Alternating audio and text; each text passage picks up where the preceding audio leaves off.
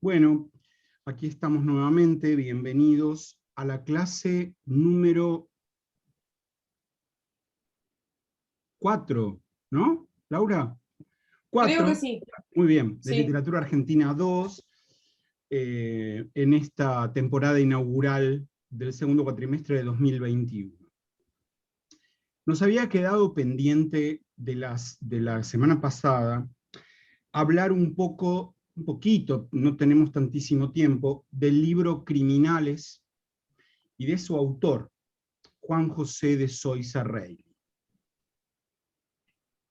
Ustedes tenían para leer algo sobre Zoysa, que está muy bien, y que escribió María Gabriela Misraje como introducción a la reedición de este libro. La ciudad de los locos es una novela de Zoysa de 1914, pero bueno, cuando salió este libro, que fue hace unos años, lo sacó Adriana Hidalgo, Misraje hizo una larga introducción acerca de quién era este autor argentino olvidado, investigó mucho, la verdad, contó su biografía, su importancia como periodista, su importancia como escritor en su tiempo, y además de esa novelita, que es una locura y que es extraordinaria, es como una novela de ciencia ficción casi, por momentos, hay otros textos de Zoysa que se podrían leer y provechosamente, digamos, para captar quién era este tipo, qué hacía, etc., ¿no? Pero, en lugar de contarles lo que ustedes ya pueden leer acá, yo les había hablado de Juan Terranova, un crítico argentino que, siguiendo los pasos de Ludmer, de Josefina, insiste en ubicar a Zoysa como el eslabón perdido, de alguna manera, esas son las palabras que usa Ludmer, entre la literatura argentina anterior y Roberto Arlt. Ludmer es bastante clara con esto, le dedica en su libro, lo tenía acá el libro, ¿qué hice? Bueno, espérenme un segundo.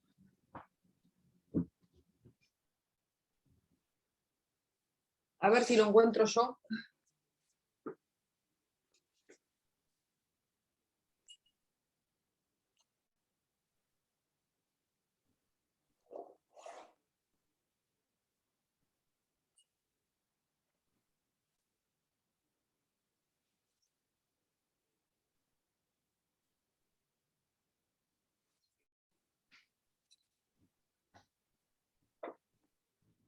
Creo haberlo mostrado la clase pasada, o no llegué a mostrarlo nunca.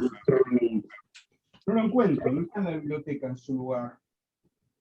Y acá tengo como un pequeño quilombito. Acá está. Pero, El cuerpo del delito.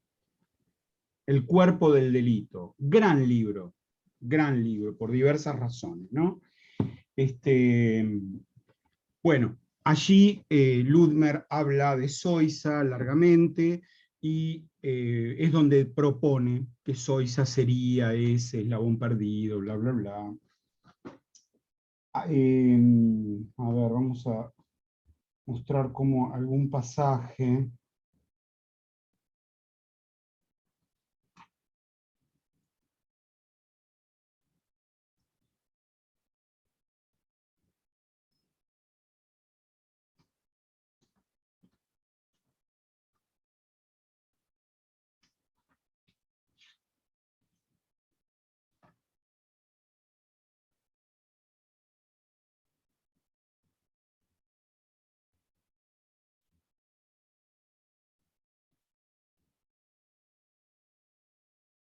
Bueno, hay un capítulo del libro de Josefina en el que habla de una genealogía literaria del delito a través del cuento de la entrega del primer manuscrito al maestro. Ese cuento de la entrega es la entrega que le hace Roberto Arlt un chico que tendría 16 años o 17, a Zoisa, va, le toca el timbre de la casa y le lleva un cuento. Zoisa dirigía una revista que se llamaba Revista Popular, bueno, lo recibe muy amablemente, qué sé yo, y finalmente le publica su primer cuento, ¿no? Bueno,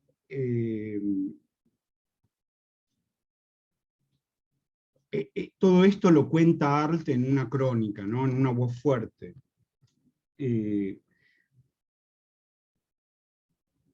Dice, el muchacho mal vestido pasa, es él, el muchacho mal vestido, ¿no? Lleva en sí una emoción tremenda, va a hablar con el autor del Alma de los perros. Zoisa Riley es en esa época famoso entre los muchachos que escriben. Sus crónicas sobre París han hecho temblar el alma de los poetas de pantalón corto, bla, bla. Leerá lo que le traje, puede ser, quizás sí, bueno. Yo quisiera que hiciera el favor de leer algo que he escrito. Gesto defensivo del hombre. No tenga miedo, es corto y está a máquina. Bueno, déjemelo. Si me gusta, lo publicaré en Revista Popular. ¿No? Y bueno, y efectivamente, a los pocos días, más o menos un mes después, un amigo le dice a Roberto Arlt, che, ¿no viste tu cuento en la revista? ¿Cómo en la revista? Sí, salió en la Revista Popular. Y entonces fue al kiosco y se compró la revista y encontró ahí por primera vez su cuento plasmado, ¿no? Eso cuenta con lujo de detalles, reproduciendo el texto de Arlt, Ludmer, para darle un marco más contundente a su hipótesis acerca de la influencia de Zoisa en Arlt. Un poco por eso también, y por la casualidad de que también Zoisa publicó un libro en 1926, hemos incluido a Zoisa en este programa. Zoisa es a estas alturas un tipo absolutamente consagrado como periodista primero, pero también como escritor, y está comenzando una carrera que va a ser brillante en la radio. Al mismo tiempo, es un tipo que no participa del mundo literario, que no tiene algunos amigos, va a algunas tertulias, pero no está en la onda, por decir así, ¿no? Digamos, no se hace ver por el Ave Keller, donde se reunían los poetas de la revista oral de Hidalgo, no es amigo de la gente de Martín Fierro, que son todos chicos mucho más jóvenes que él, tampoco tiene relación con Boedo. Ahora, yo elegí un artículo de Terranova que se llama El escritor perdido, publicado en esta revista, en la revista 3G, hace unos años, porque, claro, Terranova dice acá algunas cosas súper interesantes, ¿no? Súper interesantes. Una de ellas es que Zoisa no necesita pertenecer, porque ya pertenece. Es el periodista más famoso de la Argentina. Y no solo el más famoso de la Argentina en la Argentina, sino el más famoso de la Argentina fuera de la Argentina. Vienen muchos escritores del exterior y lo quieren conocer. Saben que escribe libros, pero además saben que entrevistó a los grandes reyes de Europa, al Papa. Es un tipo de muchos recursos, no es millonario ni nada, digo, recursos para conseguir lo que quiere, ¿no? Y como se hace en la época, como lo hizo Borges con El tamaño de mi esperanza por otra parte, la mayor parte de sus libros son textos ya publicados, o entrevistas, o columnas, o cuadros de costumbres, en fin, publicados en revistas, en diarios menos, más bien revistas. Era una estrella en la década del 10, era la estrella de Caras y Caretas, por ejemplo.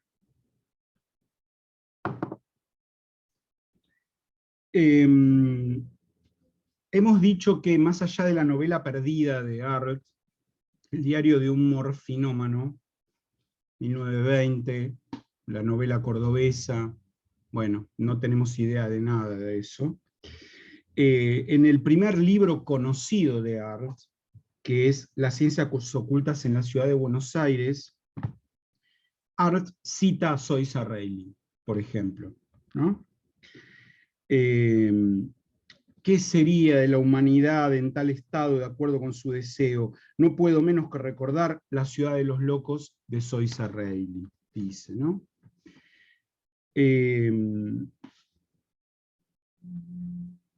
Lo que se pregunta Terranova es por qué, si Arlt logró, no en vida completamente, pero se logró con Arlt una operación de consagración, ¿por qué no pasó lo mismo con Zoïsa?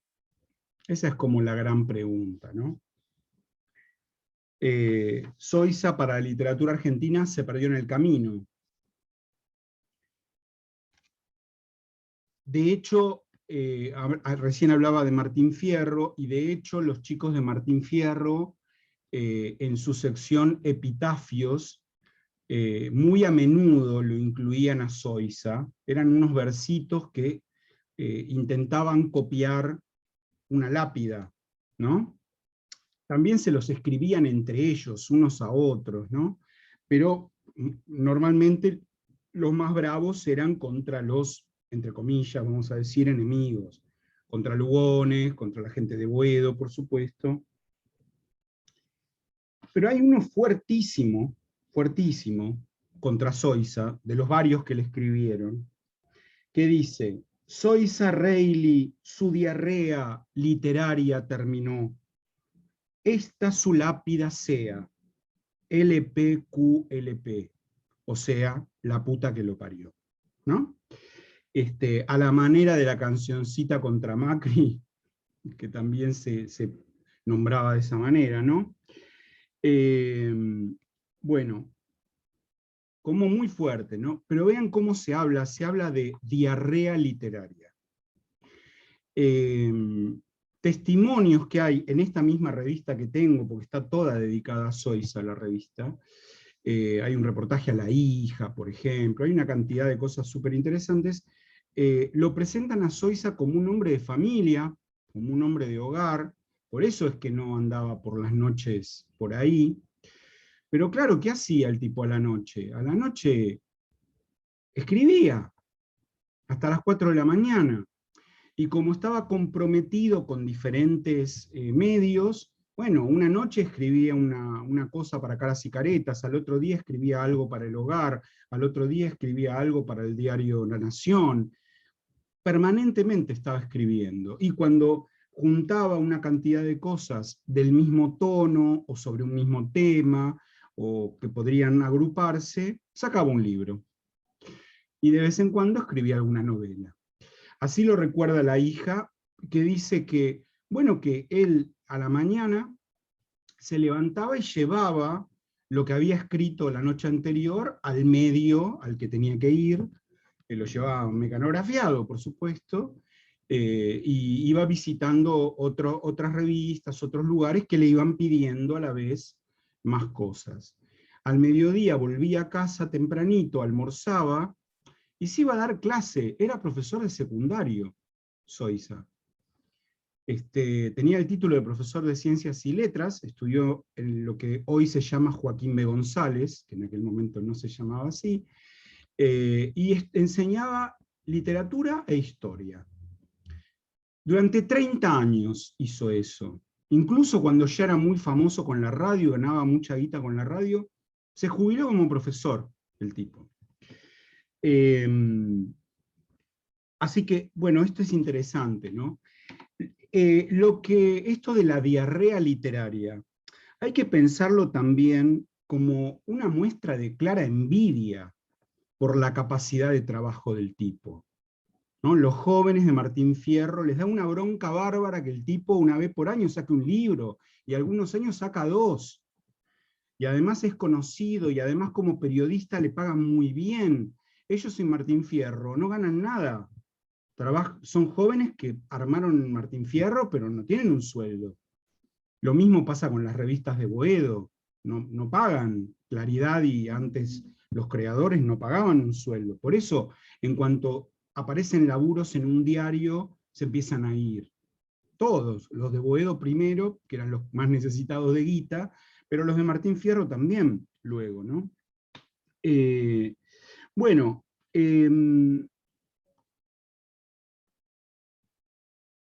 luego Terranova cita un libro sobre Arlt de María Sonia Christoph, y dice que ella descubre el doble discurso del autor del Juguete Rabioso. Ese doble discurso se resume en una frase, y más aún en una palabra. Arlt insulta y es irónico, pero al mismo tiempo quiere pertenecer.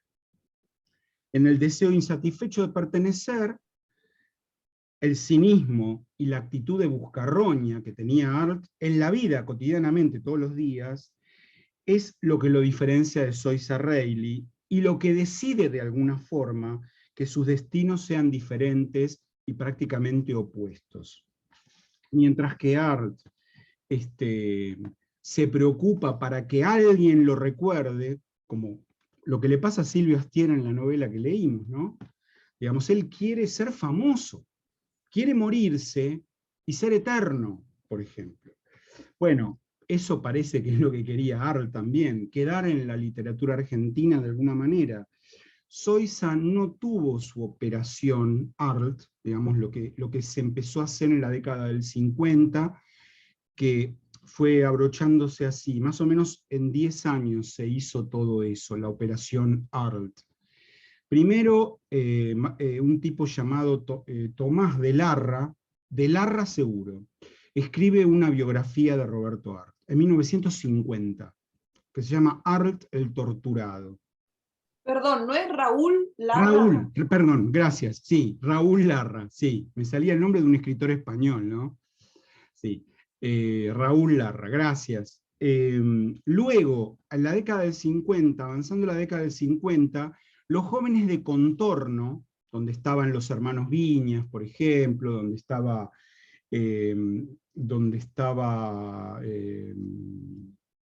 incluso Sebrelli en ese momento, una revista que hacían los estudiantes de Filosofía y Letras de la UBA, sacan un número sobre Arlt, diciendo que había que recuperar a Arlt y qué sé yo.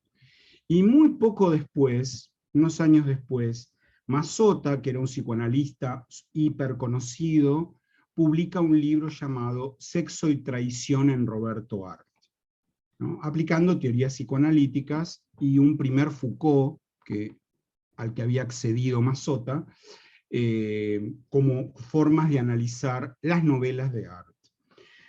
Bueno, y eso es lo que se llama la operación Arlt. En 1973 Piglia escribe varios artículos sobre Arlt, le hace un homenaje dentro de Respiración Artificial, bueno, y ahí empiezan otra vez biografías, libros sobre Arlt, aquí y en el mundo entero, ¿no? La gran pregunta es, ¿a dónde quiere pertenecer Arlt? ¿No? Que no pertenece. Y a los grandes medios de difusión. Ahí es a donde hay que pertenecer. ¿Por qué? Porque eso es lo que te garantiza tener lectores. El conocimiento de tu nombre y de tu pluma en los grandes medios de comunicación es lo que te garantiza tener lectores. Y eso es lo que Zoïsa tenía desde 1908. Ya lo recontratenía eso. Entonces, él no tiene ninguna necesidad, ¿no? Para él, ser periodista es producir, trabajar, laburar, pero al mismo tiempo es escribir libros, porque él después junta lo que vino haciendo como periodista y publica un libro. Repito, Borges hace lo mismo. Casi todos hacen lo mismo. Los libros de ensayo de las décadas del 20, del 30 y del 40 son en realidad, casi todos en la literatura argentina, columnas de prensa que los autores fueron publicando previamente en diferentes medios. Por supuesto que para eso, y para tener nombre en eso, Soysa no puede ser considerado un escritor de vanguardia, evidentemente.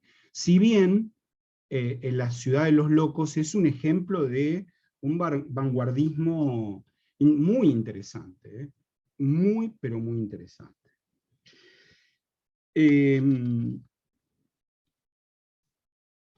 Arlt, en cambio, siente que pertenecer a los medios y estar obligado a escribir todos los días un agua fuerte, le impide escribir las grandes obras.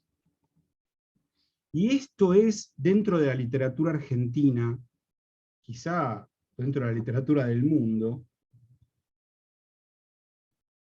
un fantasma de muchos escritores, de muchos. El pensar que ellos tienen que hacer una gran obra y que mientras tanto escriben para morfar. Conozco muchos ejemplos de personas vivas y muertas de la literatura argentina que tenían esa sensación, ¿no? Voy a decir algo. Hace muy poco acaba de morir Juan Forn. Posiblemente lo mejor que escribió Juan Forn en toda su vida fueron las contratapas de Página 12, a las que en los últimos años se dedicaba horas y horas y horas para una contratapa. O sea, donde pones el esfuerzo es donde hay un fruto, me parece a mí, donde invertís el tiempo. En cambio, Arlt confiesa, lo dice en el prólogo de Los lanzallamas, y lo dice en reportajes y en otros lugares, que su preocupación es el tiempo que le saca el periodismo, y entonces en los ratos libres empieza a escribir El juguete rabioso en una redacción, ¿no? Mientras tiene que escribir otras cosas, mientras era cronista policial, por ejemplo.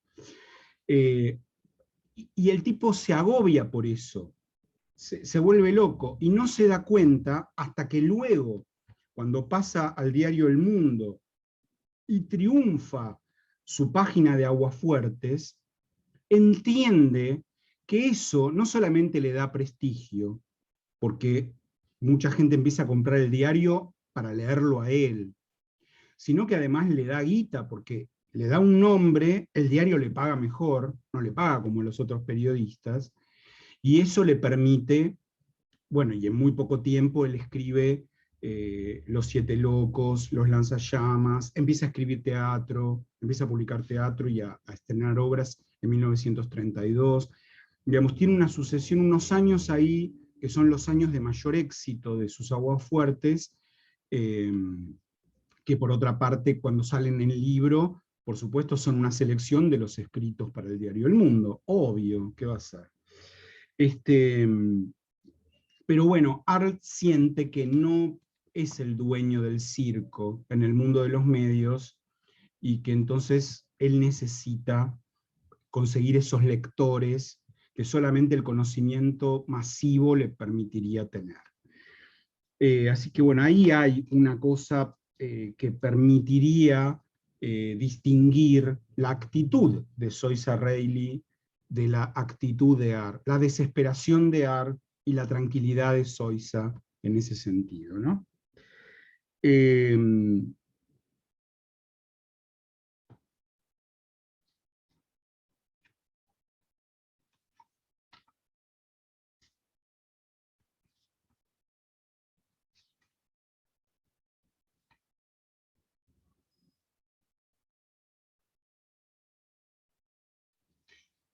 Hay algo interesante que cita Terranova, que escribió Sarlo en Vanguardia y Criollismo, hablando de Martín Fierro, ¿no? Dice, hay importantes zonas de la producción literaria argentina del momento que Martín Fierro se propone ignorar, por ejemplo a Soysa, ¿no?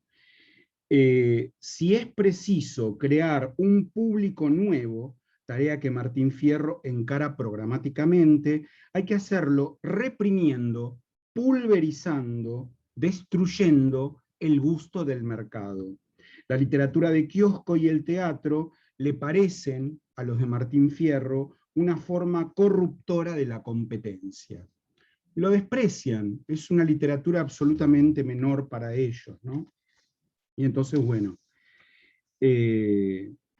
obvio que prácticamente lo ignoran, ¿no? Más allá de dedicarle algunos epitafios, ni lo nombran. Es la actitud que muchos escritores presuntamente intelectuales toman en la actualidad, desde hace muchas décadas ya, frente a cualquiera que venda bien.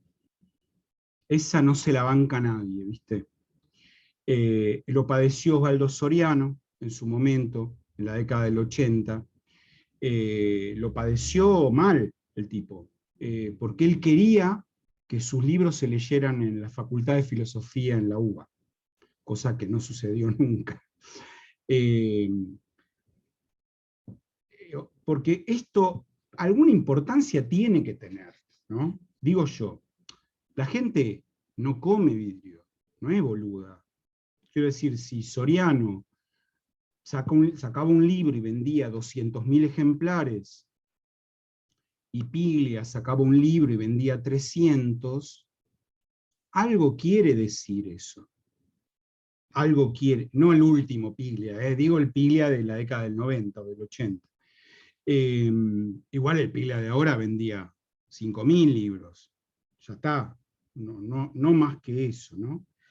Uno tiende a canonizar, a veces con razón y a veces con menos razón, a ciertos autores por el hecho de que la exclusividad exigiría que ese autor fuese más profundo, mejor escritor, bueno, una cantidad de cosas que en la realidad no siempre se verifican. Yo pienso eso, ¿no? Podríamos hacer un debate sobre eso en algún momento, no sé si tendremos tiempo. Pero bueno. Justo estoy leyendo a Soriano, que hacía mucho no lo leía y me puse a leer unas crónicas de él, artistas, ¿Artistas locos y criminales? No, el otro. El de fútbol. Ese. Sí, de fútbol tiene varias cosas y me puse a leer justo ayer crónicas sobre escritores que tiene. Y el tipo se reunía, bueno, era muy amigo de Cortázar, era amigo de Rulfo, se lo leían, eran ellos admiradores de él, ¿viste? Ítalo Calvino, terrible, la verdad que las había leído hace mucho y las volví a leer ayer. Y el tipo estaba ahí, y él era consciente de que no, ¿viste? Había en un momento incluso como que le da, ¿viste? A los críticos, acá como a los críticos nunca les va a gustar nada lo que escriba yo. Como... Sí, pero no digamos solo los críticos, digamos los críticos y digamos los colegas, ¿no? Acá le hicieron un vacío mortal, tremendo. Pero bueno, qué sé yo. Veamos, vamos a ver 3 ejemplos del libro. Perdón, me meto lejos, pero ¿no pasa algo parecido con Sábato? Bueno, con Sábato pasa algo parecido, pero sobre todo después de la muerte de Sábato, ¿no? Quiero decir, Sábato es una persona que quizá vivió demasiado. Pobre hombre. ¿No? Claro, lo digo en el sentido de que en los últimos 10 años prácticamente nadie, o sea, murió en la miseria, además pobre, andaba pidiendo una pensión para poder comer, después de quedar viudo y todo, bueno.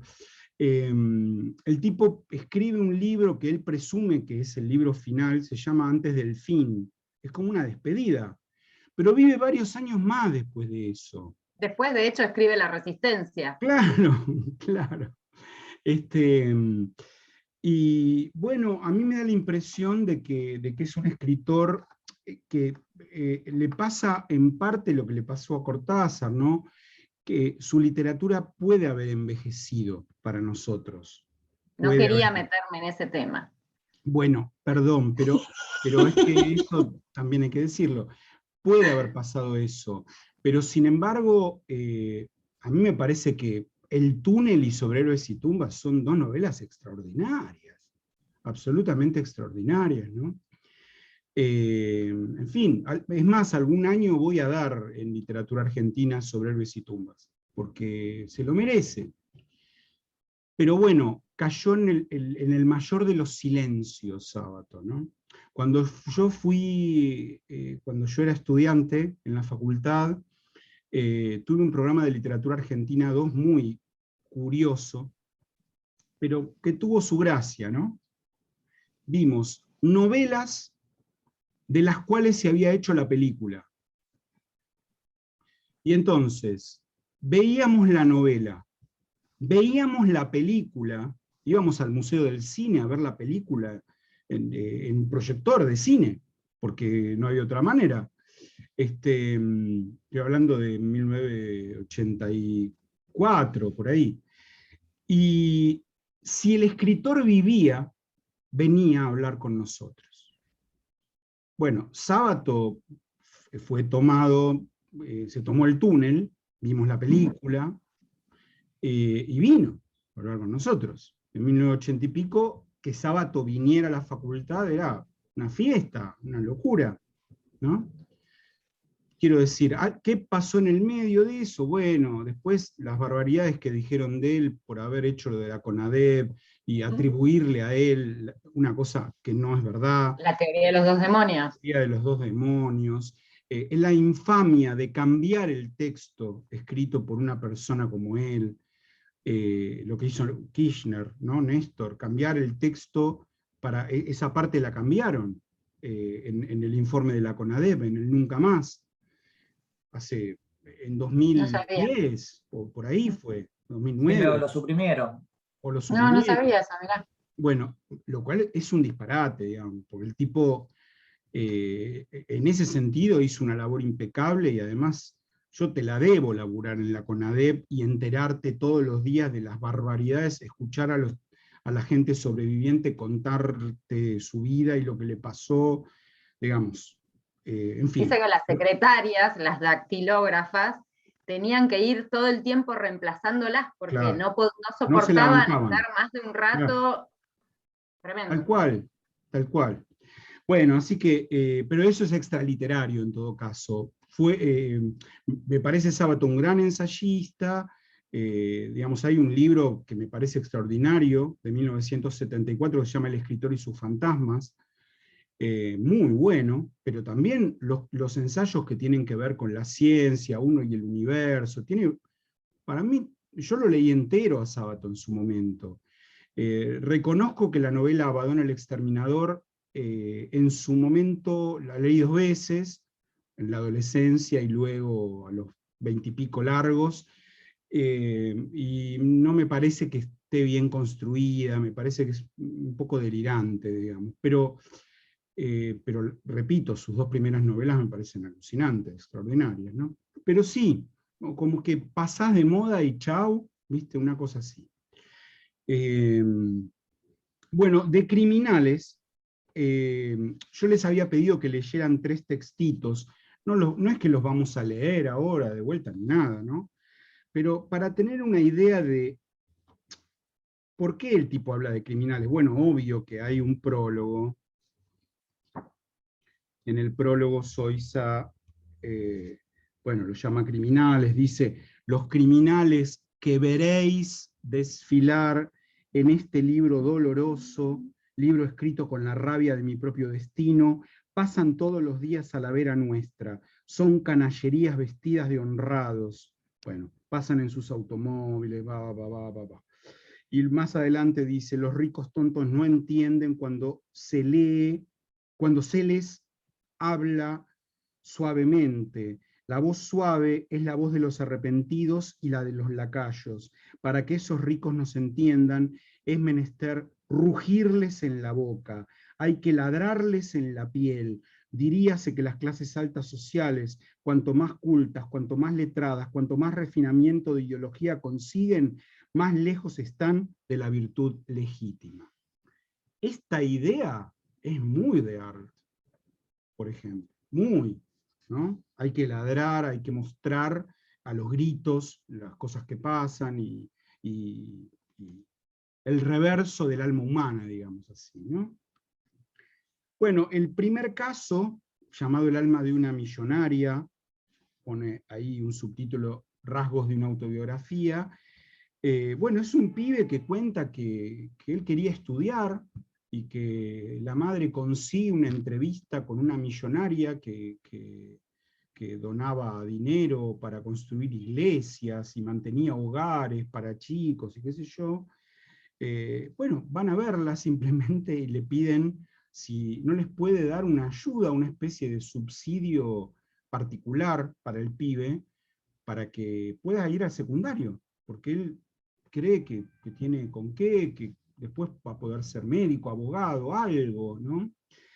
Y la mujer los trata con un desprecio tremendo y les dice, bueno, pero entonces internelo, le dice a la madre, internelo en uno de mis asilos, que ahí adentro los chicos estudian.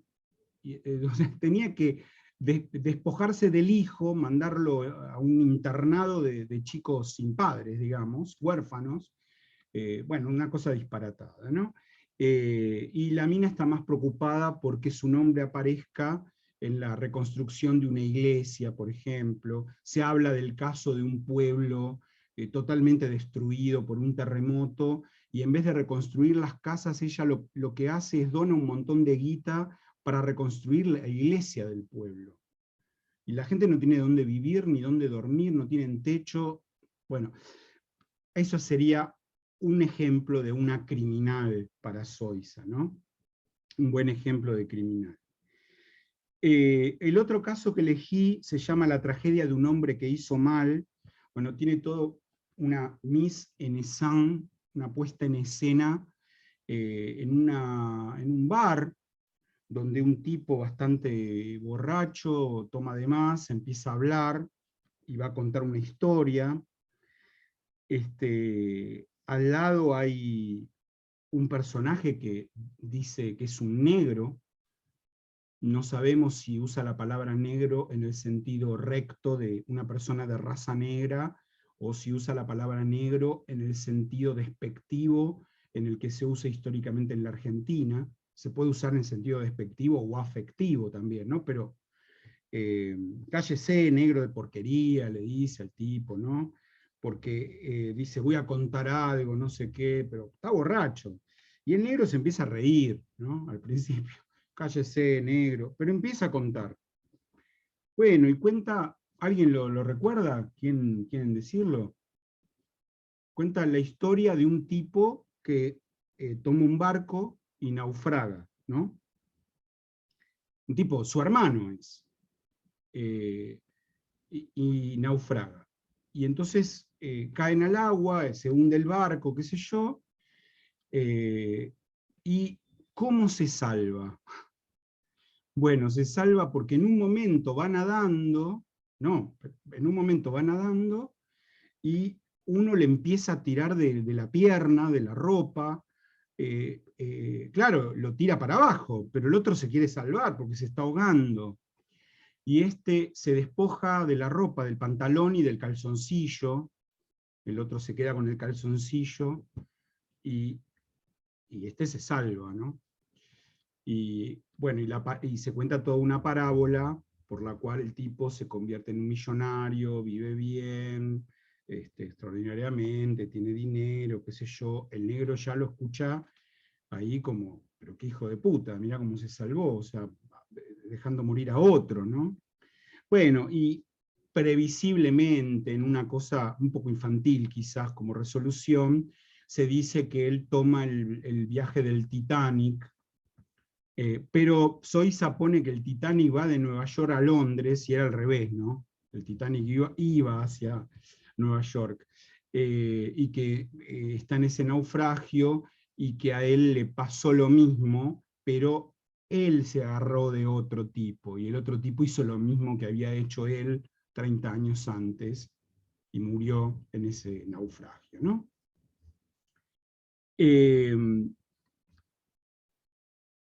Y el último caso, bueno, es el caso de una mujer que empieza a contar que encontraron muerto al marido, un tipo que tenía toda un nombre, alguien muy respetado, muy bien visto, qué sé yo. Pero la mujer en realidad empieza a contar a la policía, ellos no terminan de descubrir por qué murió, digamos, ¿no? Le hacen la autopsia, no lo mataron, evidentemente, ¿no? Pero la mujer empieza a contar que el tipo era un tipo que tenía dos caras, ¿no? Que por un lado era humilde, caritativo, dulce, pero por dentro era despótico, cruel y salvaje, su ambición era acumular dinero, pagaba poco, cuando le pedían más sueldo, mi marido, con palabras místicas, se quejaba de lo mal que iban los negocios, y concluía por poner en la calle al que le había pedido el aumento de sueldo, ¿no? Hizo un montón de obras filantrópicas, pero dice que en realidad eran negocios, ¿no? El tipo donaba un terreno, por ejemplo, para construir un hospital, y decían, lo felicitaban, le agradecían porque había donado una hectárea para un hospital. Dice, lo llamaron apóstol de la humanidad, dice la mujer, pero en realidad él, le piden que pertenezca a la comisión que va a construir el hospital, que se va a ocupar de las obras.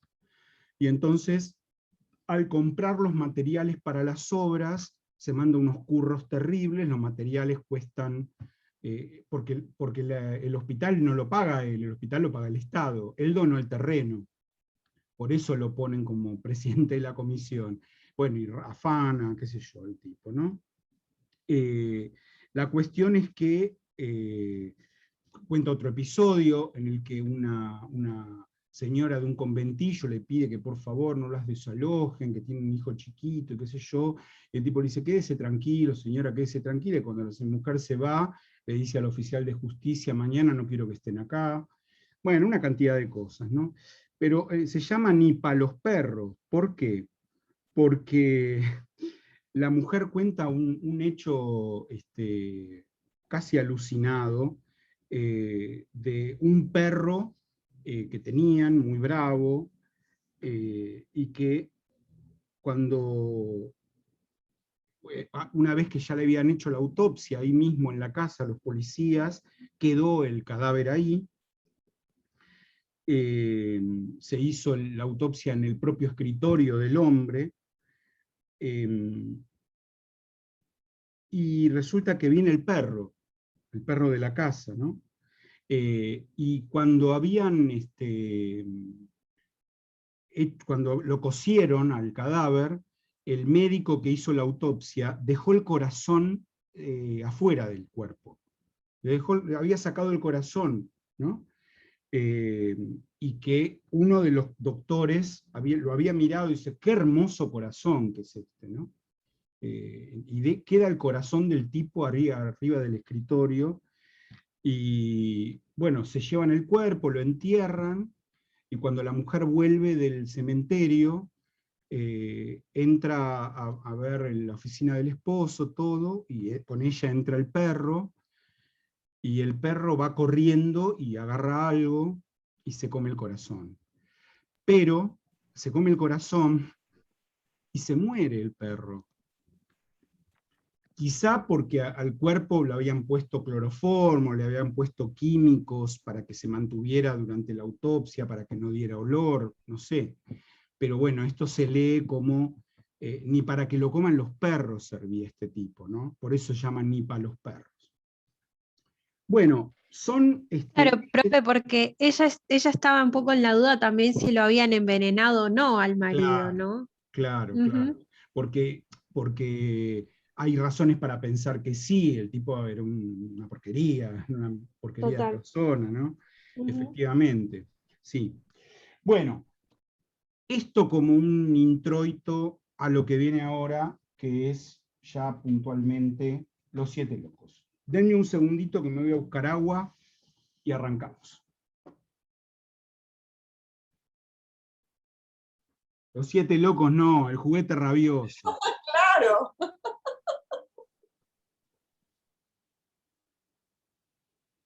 Bueno, se nota que se viene el Congreso del Lunfardo, lo tiene mal, lo tiene mal. Silvia, ¿le hiciste escuchar la clase a tu papá esta semana? Sí, quería aparecer un ratito para agradecer, pero después se arrepintió. Y me dijo, después se arrepintió y dijo, no, pues me voy a meter en algo que no me corresponde, bueno, avisales. Lo queremos de compañero. Avisales Sí. que agradezco muchísimo, dice, y me encantan las clases. Sí, No, sí. hay lugar, decirle que hay lugar, que se meta a la clase. Sí, sí, después le digo. Así Tal vez haya alguna vez que quiera comentar algo, porque como ya se sabe por anticipado el tema, tal vez tiene alguna anécdota, algo que quiera comentar, preguntar, qué sé yo. Él le encanta, incluso lo ven todo, lo va distribuyendo en la semana como para que le dure varios días, lo va escuchando. Así que, y ahora le dije que si está el de estética, después le paso el de estética también para que lo vea. Él, sí, porque se termina enganchando y le termina gustando un montón. Yo creo que ya a esta altura de lo que venís contando, creo que debería matricularse. Sí, porque la verdad que si va a hacer todo el esfuerzo, podría tener el título también. Ya es un pasito más, decirle. Sí, creo que sí. Sí, creo que está bueno. Sí, me hiciste acordar a mi viejo también, me robaba los libros que yo tenía para estudiar y se los pedía a él. Y lo gracioso era que a veces eran libros del nativismo, de autores que son, bueno, aún más recónditos que esto, pero a él le parecían fascinantes porque, bueno, tienen que ver con generaciones, como tu papá por la edad, donde eso estaba como en una especie de auge, digamos, era reconocido. Nosotros estamos como sacándole el polvo, pero en realidad para una persona de la edad de tu papá es experiencia, es Claro. lo que está en el aire, ¿no? Y eso está muy bueno. Está muy bueno. Sí, con marginalizadas también, vio todos mucho más las clases y le encantó. Sí, igual había clases que de pronto eran otra temática y igual se enganchó muy bien. No, él tiene un perfil para entrar. Sí, por ejemplo, la carrera. Que capaz que otra persona de 90 con su Shock no se engancha. Se enganchó y siguió y escuchó. Y que por eso, no solamente con algo propio de su época, ¿no? Sino que también se enganchó con otras clases que tal vez no eran de su Genial. No, le estaba contando que agradeció y que quería, participar un momentito para agradecer, pero después se arrepintió, dijo, no, me parece que no corresponde que yo me meta en la clase para agradecer.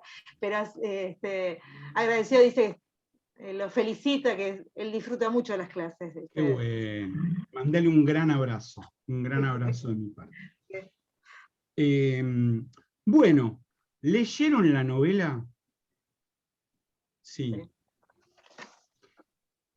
¿Leyeron la bibliografía, o aunque sea una parte de la bibliografía? Sí, nos estuvimos dividiendo un poco la bibliografía. Así que, uy, qué interesante eso. Bueno. Hicimos la tarea.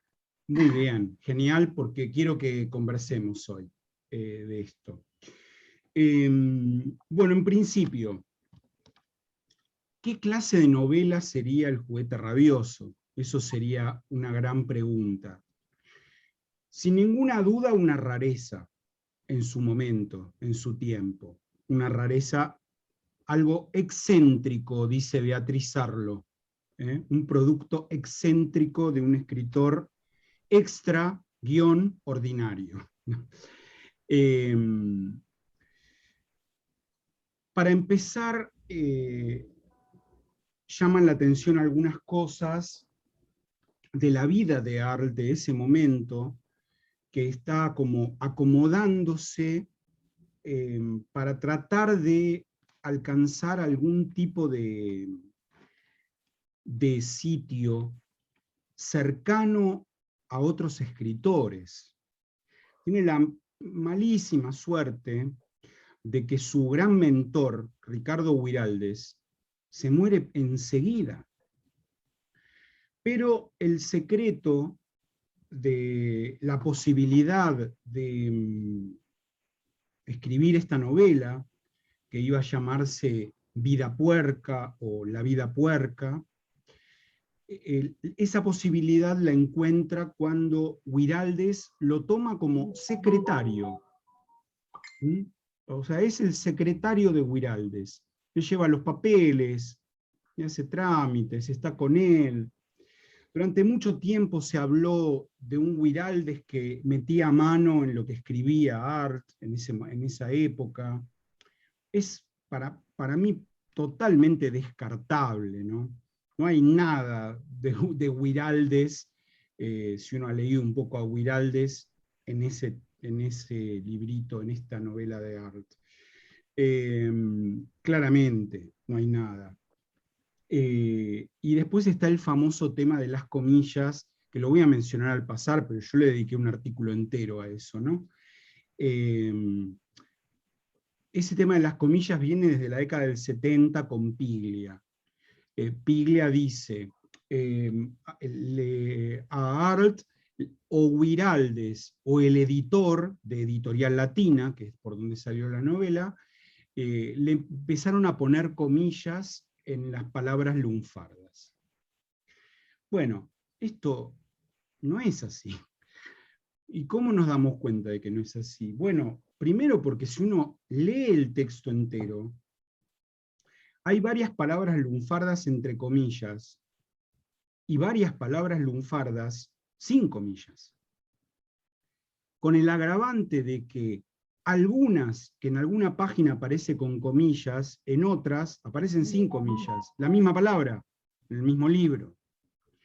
Y por otra parte, hay entre comillas otro tipo de palabras, extranjerismos, por ejemplo, o palabras que el narrador quiere resaltar, o palabras que Art cree que son lunfardas y no son. También eso, ¿no? También eso.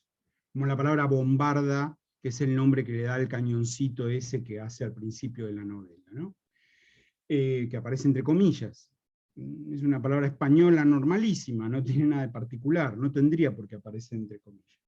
Bueno, lo primero que hay que decir de Piglia es que Piglia no estaba muy al tanto cuando escribe eso, muchos lo repetirán después, incluso en el siglo XXI todavía. No estaba muy al tanto de que en la época, en un diario, en una revista ilustrada o en un libro, se ponían entre comillas las palabras populares, por decir así, y también las extranjeras, ¿no? Obviamente. No existe todavía el recurso de poner en itálica una palabra extranjera, es muy raro eso. Pero además hay ciertas cosas muy raras en el Juguete Rabioso respecto de ese problema, y es que, por ejemplo, Art escribe 4 notas al pie a 4 palabras lunfardas. Pero en el texto hay como 50 palabras lunfardas, y no hace 50 notas, solo 4. Raro, ¿no? Raro.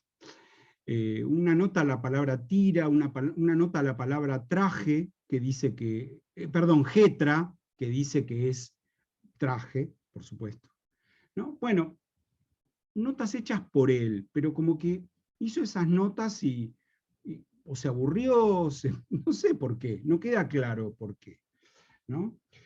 El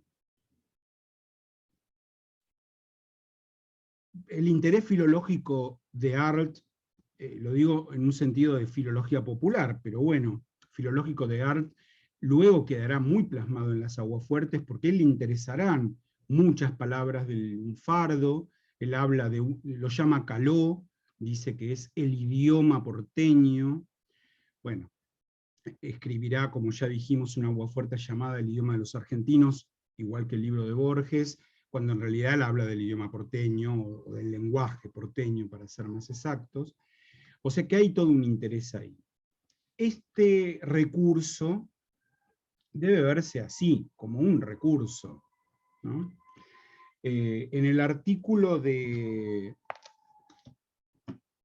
alemán, Estilo y lenguaje en las novelas de Roberto Art, obscenidades, extranjerismos y lunfardismos, de Volker Jaekel.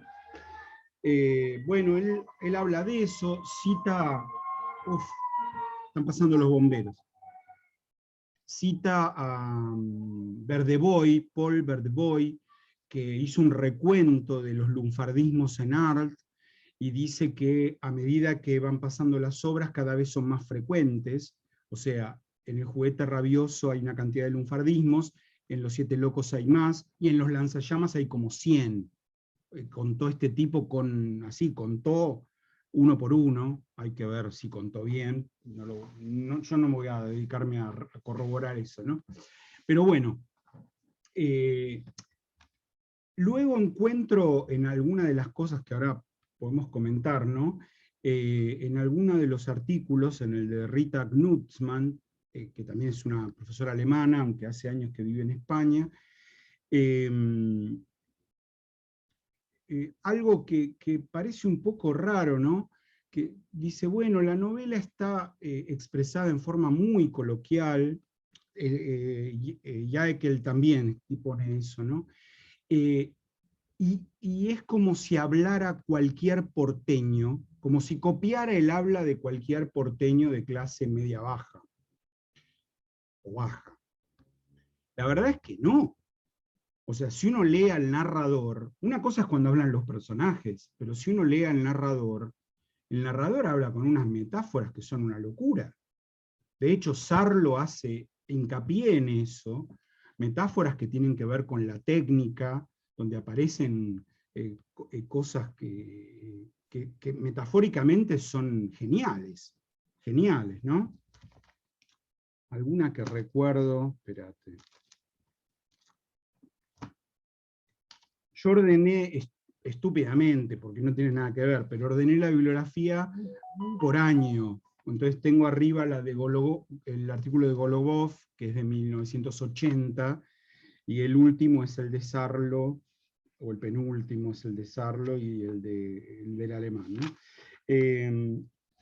Sarlo dice en algún momento, aunque en su texto Roberto Art excéntrico, que no habla solo sobre el juguete rabioso, sino que principalmente habla de las otras 2 novelas, está diciendo, no, espera, en la página anterior.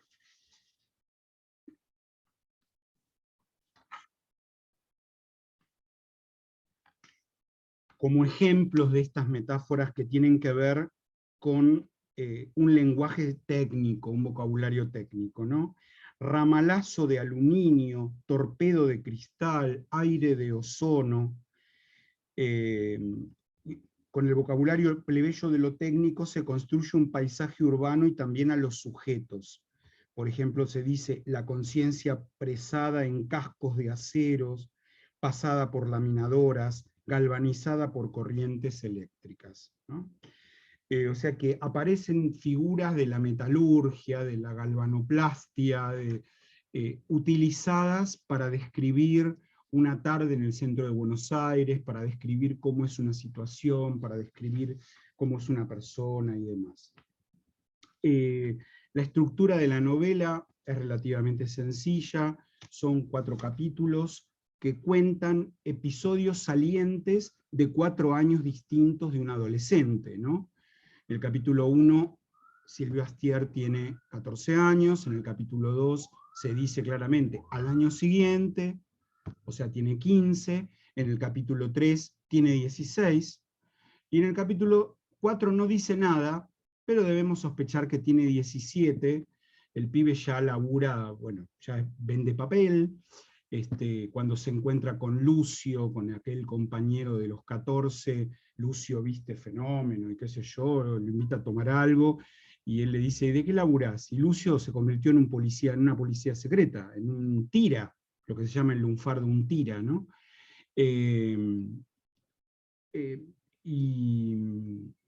Y ambos están vestidos, bueno, con un traje, ¿no? O sea que, bueno, hubo como un crecimiento. El pibe tiene 17, pero se viste ya como un hombre, trabaja como un hombre, adulto, digamos, ¿no? Así que se cuenta eso.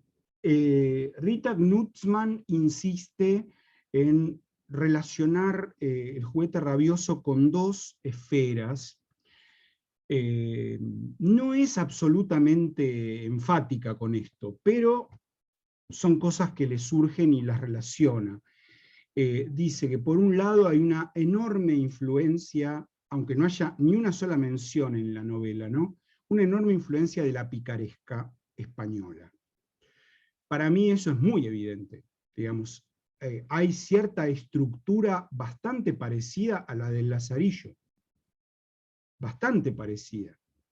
El crecimiento del personaje que va creciendo a medida que va cambiando de amo, de trabajo y de lugar y de casa, digamos, ¿no? Yo veo mucho de eso en las descripciones, por ejemplo, cuando va al mercado con el librero, que lo lleva con la canasta, el librero, sí, el librero, digo bien, don Gaetano, ¿no? Y las cosas que hace don Gaetano, la descripción de ese mercado. Luego hay una descripción del otro mercado, el mercado de flores, en el que el Rengo es como un megacapo, ahí que todo el mundo lo saluda, le dan las sobras de cada puestito para que el tipo se lleve para comer. Todo eso es muy el mundo de la picaresca, ¿no? Más allá de que también pertenece al mundo de la picaresca las, no sé si decir travesuras o delitos, que ellos van planeando desde el principio, ¿no?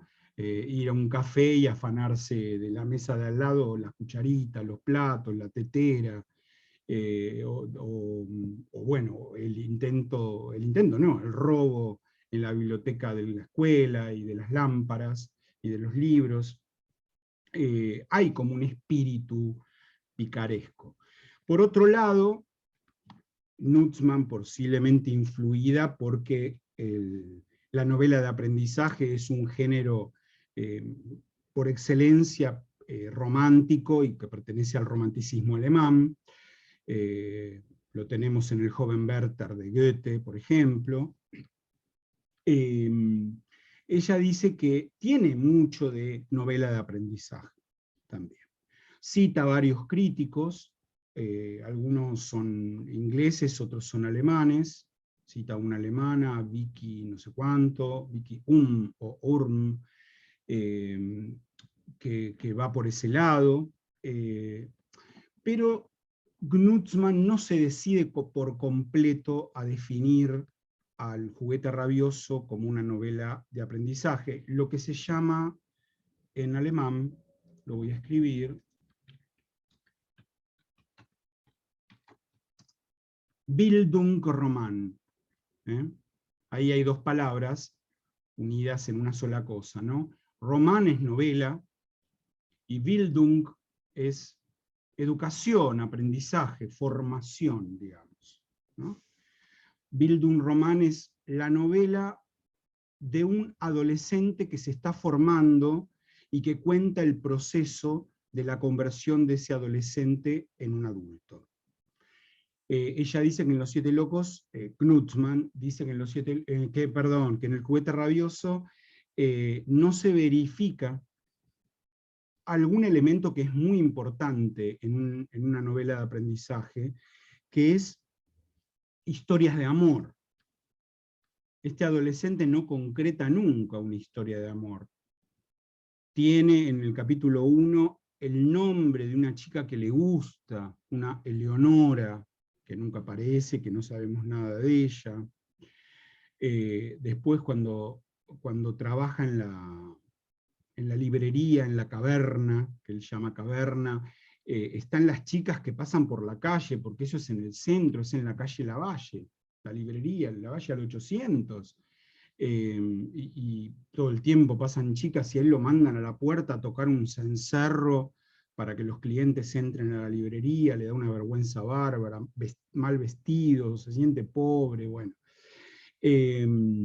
Después está el episodio rarísimo con la francesa cuando va a llevar unos libros y no acepta propina, Eso de no querer aceptar plata de otros, que se repite incluso en el final con el ingeniero, cuando el ingeniero le ofrece el dinero.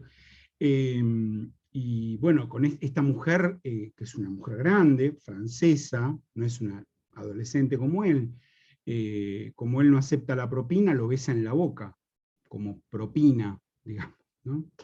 Y bueno, y lo que hay de ahí en más, con respecto de este tema, del tema del amor, son las fantasías de los héroes de esa literatura que él lee todo el tiempo, en la cual esos héroes consiguen lo que quieren, son valientes, son arrojados, son famosos y también logran que las mujeres se enamoren de ellos, por decir así, ¿no? Y bueno, pero claro, él tiene que conformarse, habla de las revistas viciosas, ¿no? Dice, bueno, él había visto una imagen parecida en una de esas revistas viciosas, que las había, ¿no? Revistas viciosas, también había libros viciosos, lo digo entre comillas ahora, ¿no? Que son revistas donde aparece una mujer desnuda, por ejemplo, ¿no? En general, mujeres desnudas que se sacan fotos y que son bailarinas del Moulin Rouge de París, o bailarinas de un cabaret, ¿no? O directamente prostitutas que se sacaban fotos. Lo que alguna vez yo no lo sabía, pero alguna vez mi gran maestra Victoria Juliá, gran profesora de filosofía griega y de griego, en su casa me mostró que tenía una colección de postales de comienzos del siglo XX, no argentinas, europeas, postales con desnudos, mujeres desnudas, nunca hombres desnudos, obvio, ¿no? Mujeres desnudas. Pero tenía una pila así, 200 postales tenía. Los tiene todavía. Me llamó mucho la atención porque yo ignoraba que eso fuera tan fácil de conseguir, digamos así. Bueno, evidentemente no estarían a la vista en los kioscos o en las librerías, pero seguramente se podían pedir, de la misma manera que en las casas de discos de Buenos Aires, alrededor de 1910, vos podías ir a hablar con el disquero, con el empleado, y decirle, yo quiero un disco, pero los que son de franja verde. Los de franja verde cantaban canciones pornográficas. Había disco, 1910 estoy diciendo, para que se ubiquen. De manera que, bueno, cuéntenme, ya que se dividieron, qué les tocó a cada uno y qué dicen los críticos que hemos seleccionado esta vez. No seleccionamos libros enteros sobre arte, porque los hay, algunos son muy buenos. Bueno, no daba para leer tanto, ¿no? Pero, no sé, ¿quién quiere empezar? Perdón, a mí me tocó y no lo leí todavía, no llegué a leerlo. Bueno, Me ¿qué te mandó tocó Golo a el que vos? me había tocado, pero Golubov. Golubov. Bueno, ¿nadie No más lo leí leyó todavía. Golubov? Para la próxima prometo leer. No, si quieren, Eli, yo termino con Nussmann porque no sé si quedaba por decir algo que fue justo la que a mí me tocó. Bueno, dale. Habla No sé, Oscar, si quedó por decir algo de ella. Está un apartado que trata sobre Silvio como actor. Bueno, lo de la picaresca ya lo habías dicho. Bueno, habla sobre lo que habíamos dicho de las novelas, que son los libros también son parte de su educación, una educación que no llega a tener, pero sí él es muy, muy leído. Uh-huh.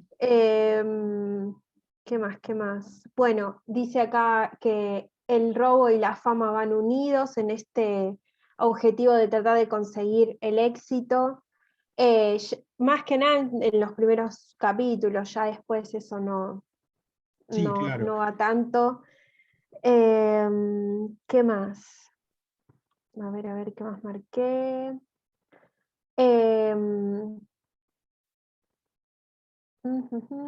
Ya estoy, ¿eh? Bueno, Sí. el robo en la escuela, que ya lo habíamos mencionado también. Las películas, que también son muy importantes para los personajes.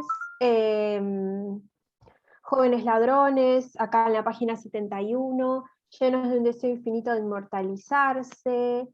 Bueno, el tema de llevar un revólver, esto de sentirse como más, por ponerlo de una manera, valiente llevando un revólver, como en un intento de imitar a los personajes que ellos leían y que veían. Bueno, acá también en la misma página habla sobre el trabajo honesto, las penurias que pasa igualmente en todos estos trabajos, que a pesar de ser, bueno, trabajos honestos, la verdad que pobre Silvio la pasa muy, muy mal. Las humillaciones, lo del cencerro que vos habías nombrado. Bueno, me acuerdo también el momento en el que el librero y la esposa se separan, pobre que él tiene que llevarle La mesa dada los vuelta. trastes, la mesa dada vuelta. Ahí también, pobre, se muere de vergüenza. Sí. Bueno, acá justamente el mito del trabajo honrado que satisface y permite el ascenso social es destruido por la realidad humilladora y degradante. Bueno, lo que ya habíamos dicho de la compañía femenina, que no existe, y que queda solo en una fantasía.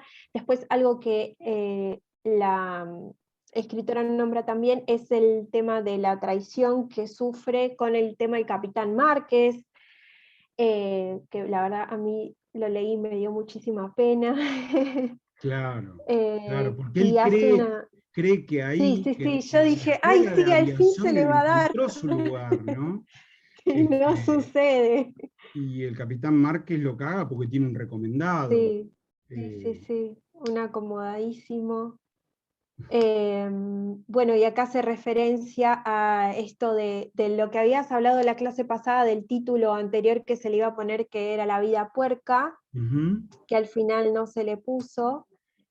Arroja a Silvia la desesperación más profunda y le hace cuestionarse el sentido de esa vida puerca, cuando se entera de que, bueno, lo sacan del ejército, ¿no?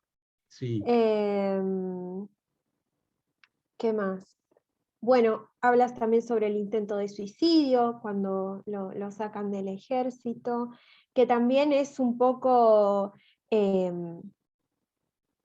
¿cómo podría llamarlo? Es un poquito literario, ¿no? El cómo describe este Silvio redactor ese intento de suicidio que tiene el Silvio personaje, Sí, ¿no? claro, claro. Sí, sí. Es bastante literario.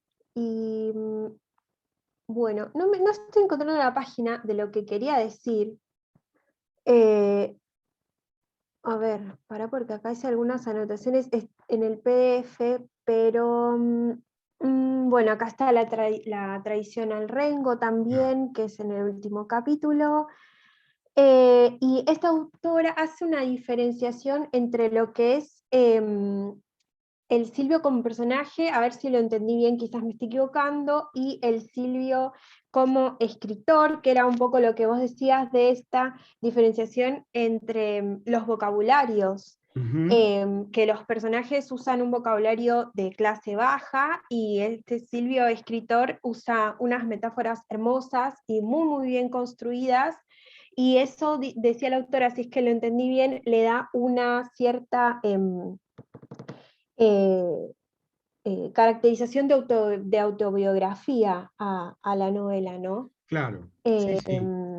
Sí, sí, claramente, ¿no? Ella incluso se detiene en detalles como los tiempos verbales. Sí, es Entonces, verdad. uno percibe que cuando se habla en general, porque hay excepciones, ¿no?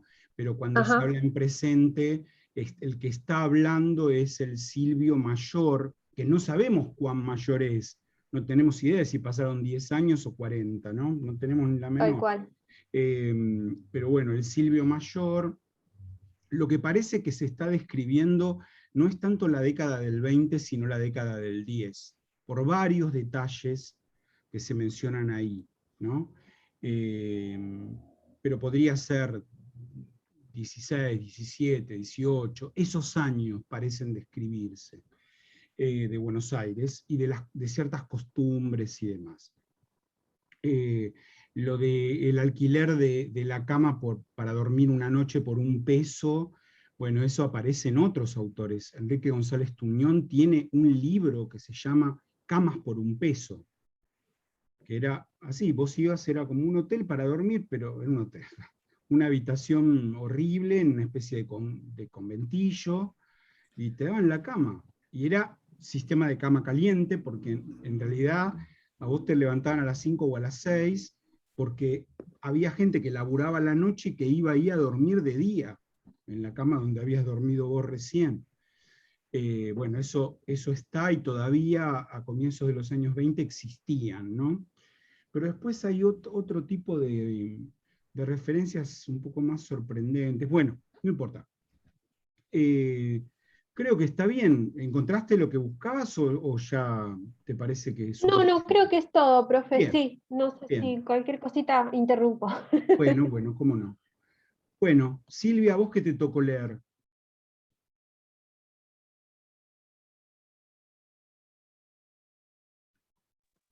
Tendríamos que haberle dado al padre de Silvia que lea también. Al padre de Silvia para que Sí. hiciera, claro.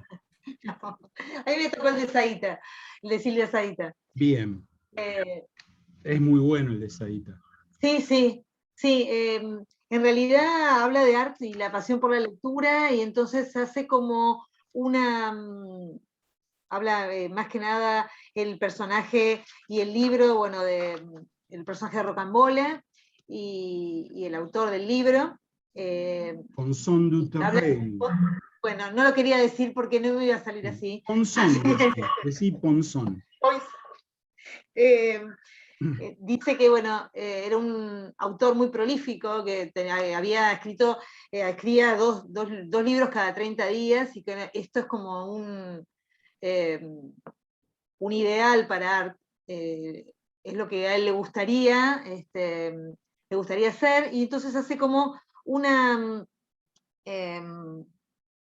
un paralelismo entre el personaje de Rocambole y lo que está pasando Silvio en el libro, ¿no? También habla de que Rocambole es como hay como un aprendizaje en él, va a aprender de este Capitán Williams y va a pasar por distintas etapas, que bueno, va a aprender a mentir, va describiendo cómo va pasando de una etapa a la otra. Incluso, bueno, va a ser un testigo falso, le va a enseñar a ser testigo falso para inculpar a otra persona, y que, bueno, de un delito que hizo este Capitán Williams. Sí. Y a partir de ahí va a ir haciendo como un aprendizaje en la delincuencia, ¿no? Hasta terminar traicionando hasta la propia viuda que lo recogió y que lo crió a Rocambole.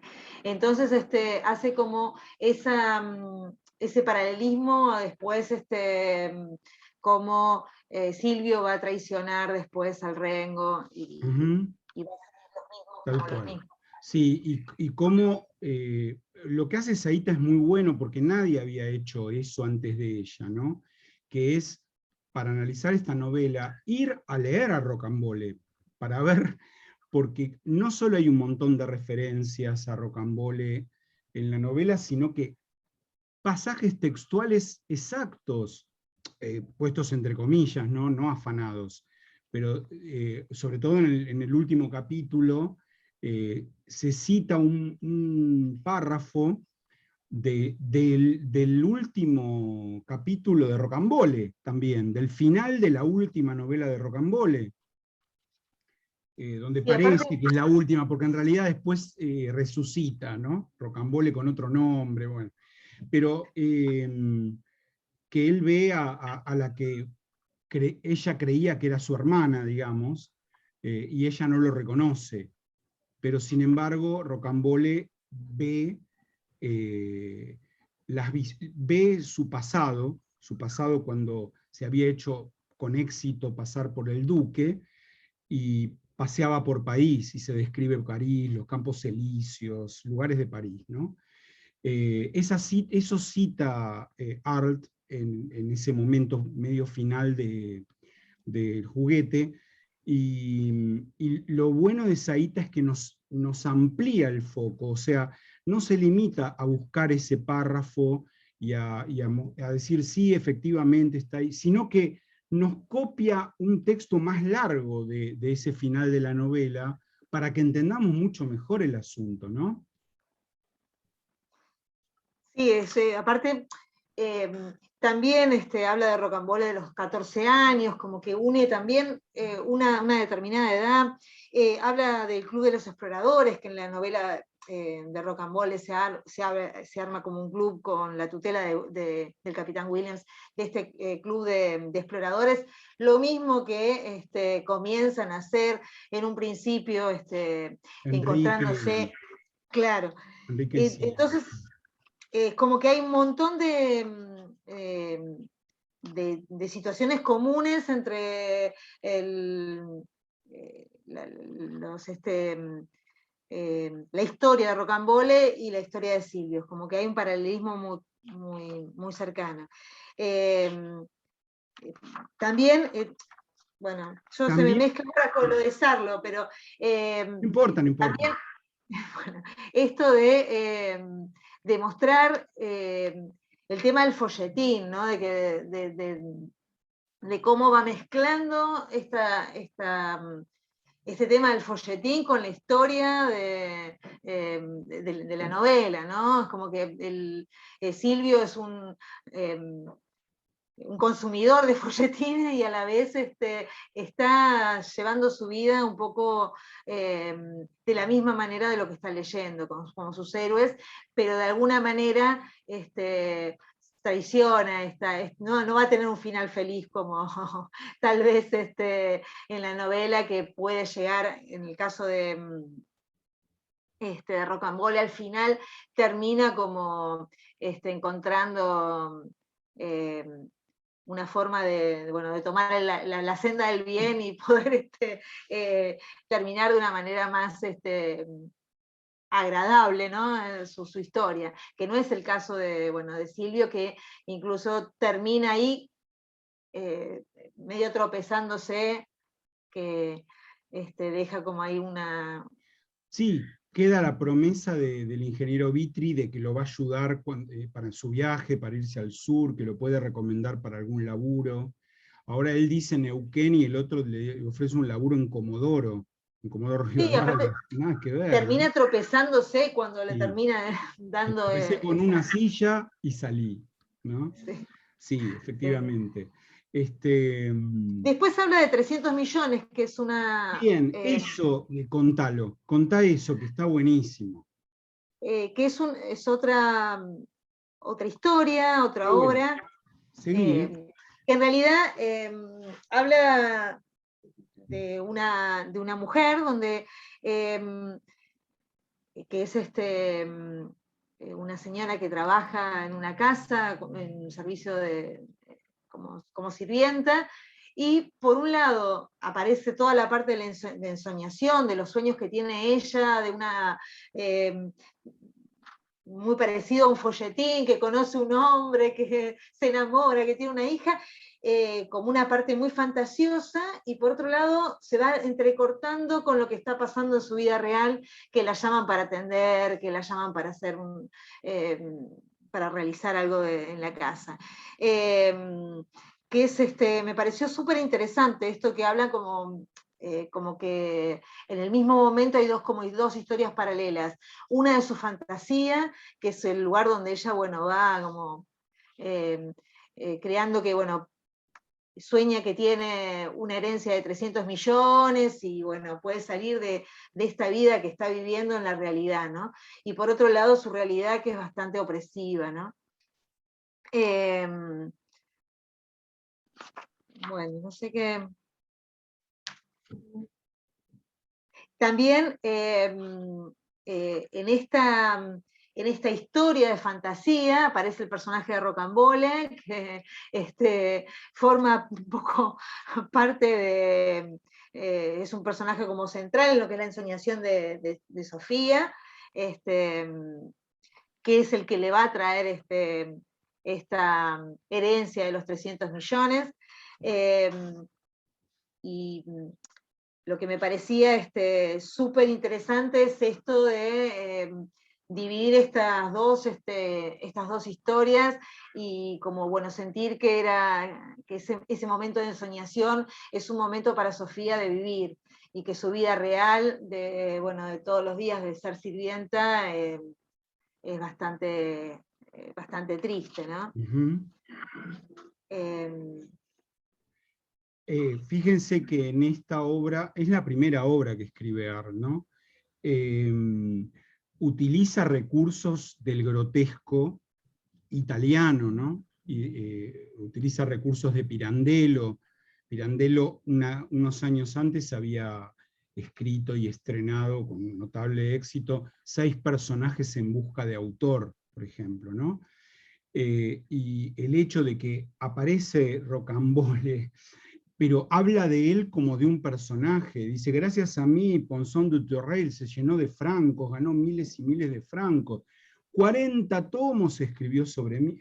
Esa insistencia refleja la obsesión de Arlt con el tema de Rocambole y Rocambole sería, y la continuidad de pensamiento o de sentimientos con relación al momento en el que escribe El juguete rabioso. Habían pasado 7 años, nada más, no es tanto tiempo, entre una obra y la otra, pero digamos, él insiste con eso que a él le dio tanto placer y que le permitió, ahora estoy hablando de Roberto Arlt, ¿no? Ya no de sus personajes, y que le permitió soñar las cosas que fue soñando y que aparecen desparramadas en distintos personajes a lo largo de su novelística, ¿no? Digamos, uno tiende a pensar que Arlt es Cerdosain en Los Siete Locos, y me parece que no, que hay un pedazo de Arlt en cada uno de 3 o 4 personajes ahí, ¿no? Sí. Después hay una cosita que me pareció muy interesante del texto, que dice que, bueno, que un poco estos folletines sirven de evasión, pero a la vez traicionan a los lectores porque no tienen esta posibilidad de salir de su vida. Entonces, Exactamente. lo terminan como traicionando. Pero bueno, son como nuestras series de Netflix o nuestros libros hoy, para nosotros, ¿no? Perdón, me meto acá porque Prieto habla del tema de los folletines, Dale. y justamente lo que dice es que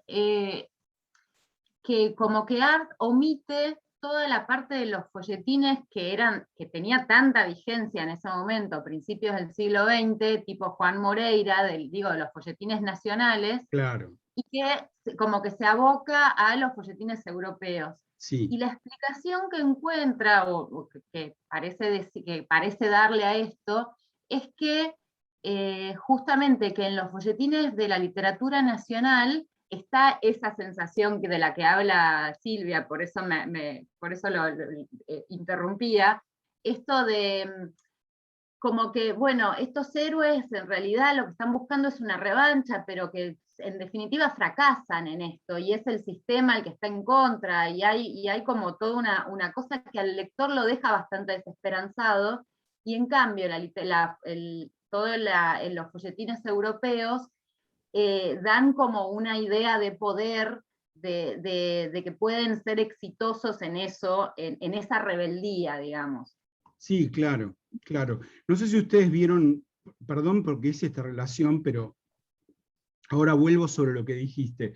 No sé si vieron en Netflix la serie francesa, la miniserie francesa Arsenio Lupin. Sí. Lupin.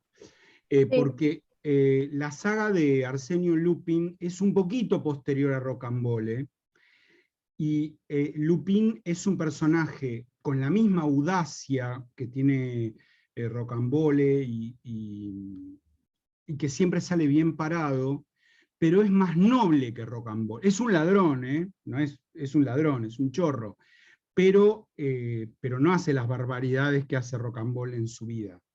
Estos asesinatos, de asesinar a la propia señora que lo crió, a denunciar a don Nicolo, bueno, no hace todo eso.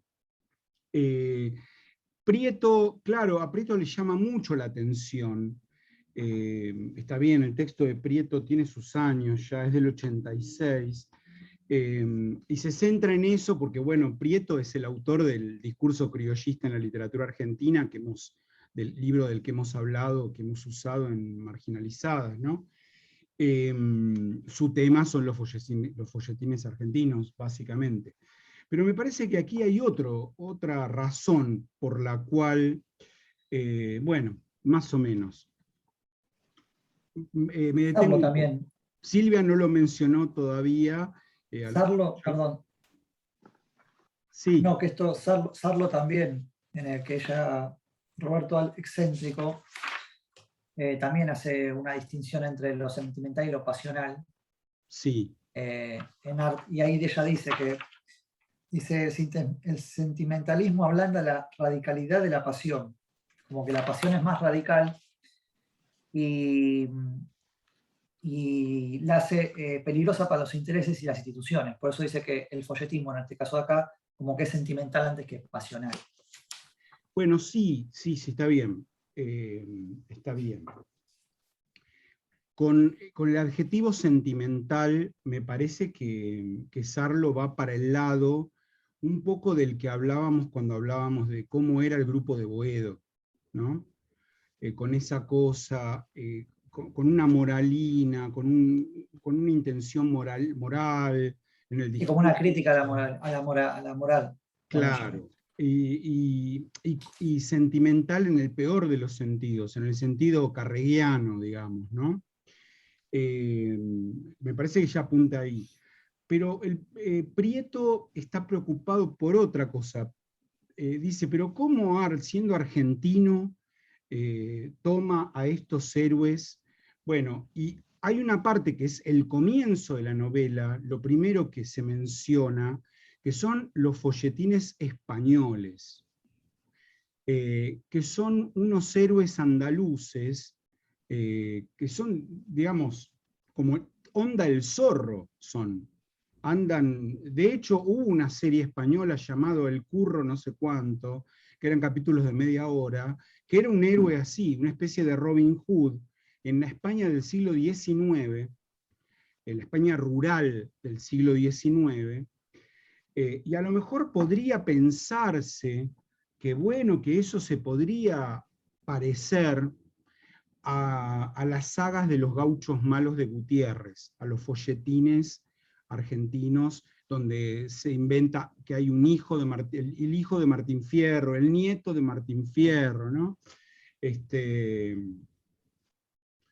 No como se lo toma en joda Pairó, que escribe las aventuras del nieto de Juan Moreira, ¿no? Sí. No en ese sentido, sino en el sentido folletinesco, sentimental, de rescatar la parte heroica, pero siempre son destinos bastante trágicos, les va mal y demás. Está por un lado eso, pero por otro lado están las referencias a la literatura popular, incluso en algún caso donde hay alguna ironía contra Carolina Invernizio, la autora italiana de novelas románticas, para menospreciarla o criticarla a Invernizio, es curioso que la nombre 3 veces en El juguete rabioso. 3 veces la nombra. Era la escritora de moda, era la Corín Tellado del momento, o la, ¿cómo se llama ahora la argentina? Bonelli, Florencia Bonelli de la época, ¿no? Vendía libros a morir, y escribía y producía a morir, como lo hizo la española Corín Tellado. Pero a mí me parece que la razón fundamental de por qué Rocambole hace mella ahí en Astier y se convierte en un modelo, y no pueden tomar ese lugar los héroes de los folletines argentinos, es porque las historias que se cuentan en los folletines argentinos son historias rurales, son historias que tienen como escenografía literaria el campo. Un pueblito acá, mañana va otro pueblito, se enfrenta con el comisario del pueblo, después se escapa, después es ese tipo de y lo que tiene Rocambole es que Rocambole vive sus aventuras en el medio, como Lupin, ¿no? En el medio de París. Y que cuando logra triunfar y logra robar y logra matar y logra conseguir dinero y después hacerse pasar por un duque durante 4 o 5 años y vivir como un duque, literal, en una ciudad hermosa que además era el ideal de los argentinos. En la década del 10 y del 20, el sueño de todo argentino era ir y triunfar en París. Y se dice en un momento, en una conversación final con el Rengo, se dice, y qué lindo, la cantidad de hembras que podríamos encontrar en París con la plata que le vamos a robar al ingeniero, nos podemos ir a París y andar por París. Y el Rengo dice, sí, algunos fueron a enseñar a bailar tango y les fue muy bien. O sea, se menciona en París como una meca, como una posible meta aspiracional, digamos, ¿no?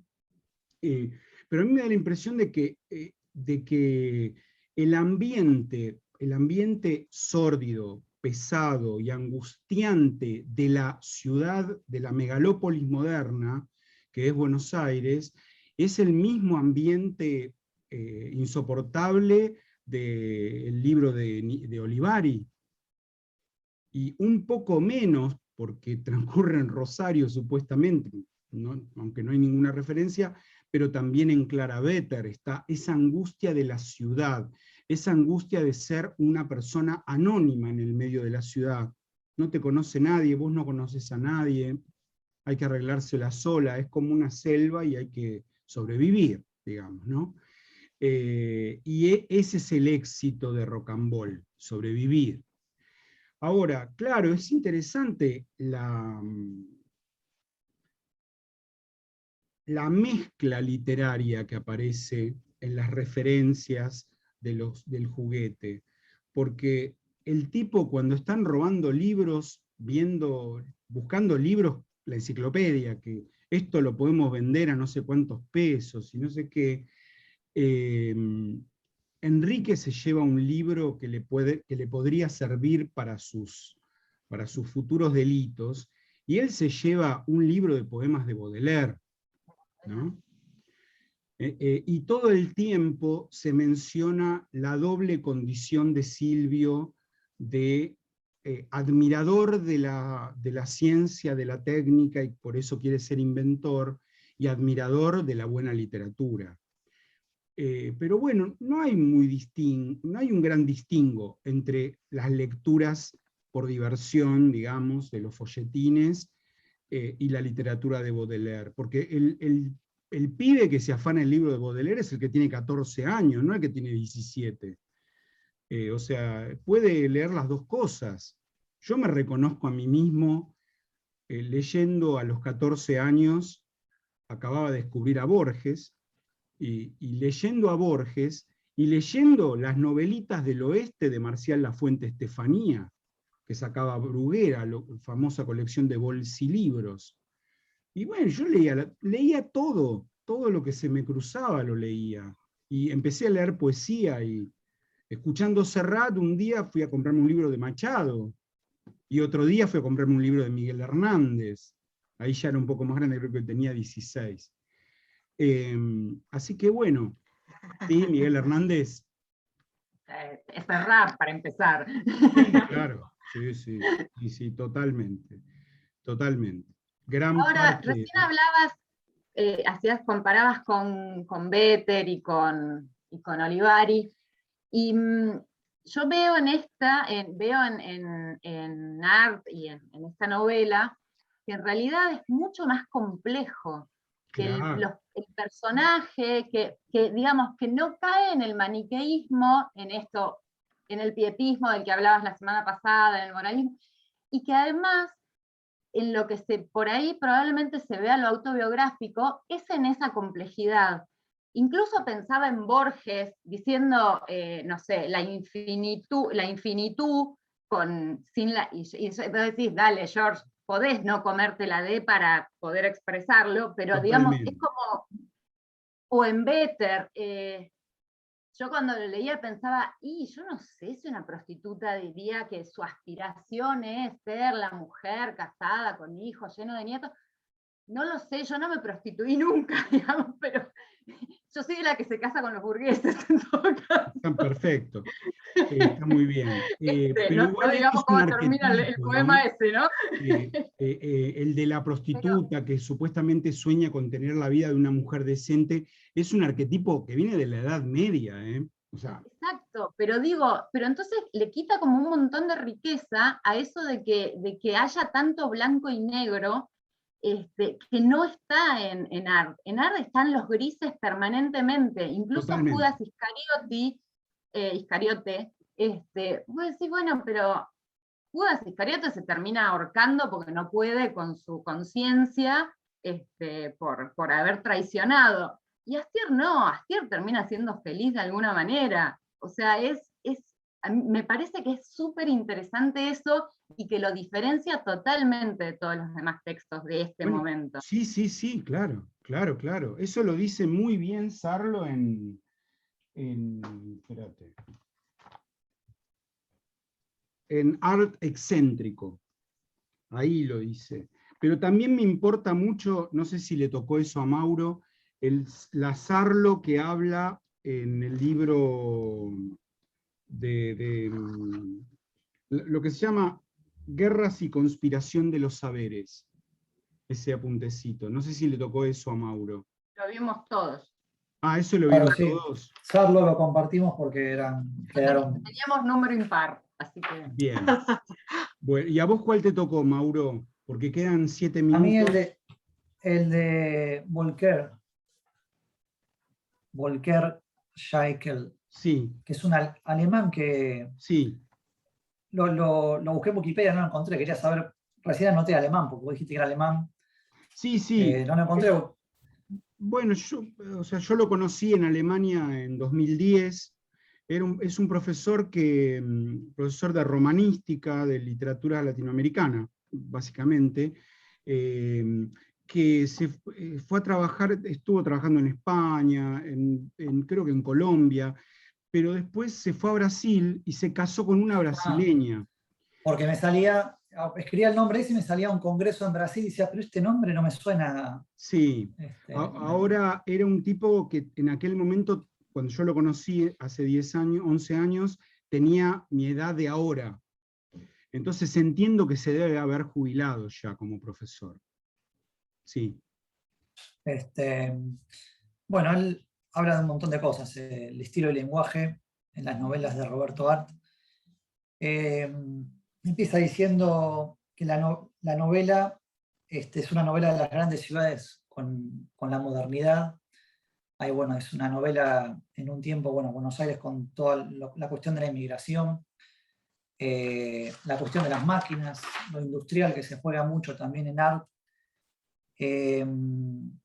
Dice que, bueno, que es la categoría, citando a otro tipo, dice que Art, un tipo que habla de 3 categorías de escritores, dice que Art se encontraría en una tercera categoría que es la venganza de los marginados y la intención incipiente de materializar el espacio urbano.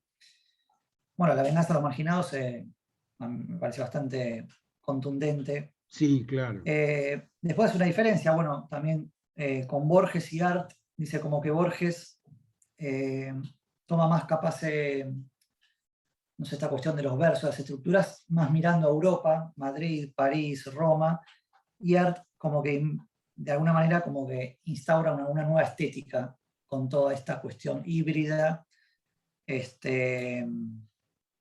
Bueno, después habla de Art en el contexto de la literatura argentina e hispánica. que bueno, dice justamente esto, que Art presenta otra forma de literatura inmigratora, un lenguaje popular, lunfardo, cocoliche, nombra también a Cambaceres, porque hay esto que antes se hablaba, ¿no? de los lenguajes, de cómo hablan los personajes. Cambaceres dice que también mete una voz literaria popular, pero él lo hace como dentro, digamos, con una intención costumbrista. Sí. Que bueno, no sería. Lo de Art, si bien Art también tiene como cosas costumbristas, no sé, acá dice como que Art sería un híbrido, puede ser considerada la literatura de Art una literatura completamente híbrida.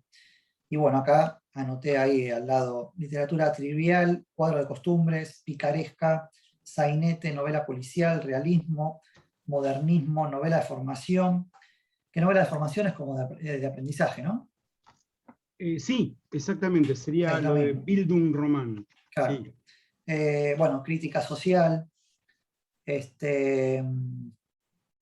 Bueno, las influencias de Art, que bueno, se ven en el libro, él nombra a Dostoyevsky, y también del teatro. Perdón, es una especie de lugar común nombrar a Dostoyevsky, Sí. viene desde Larra.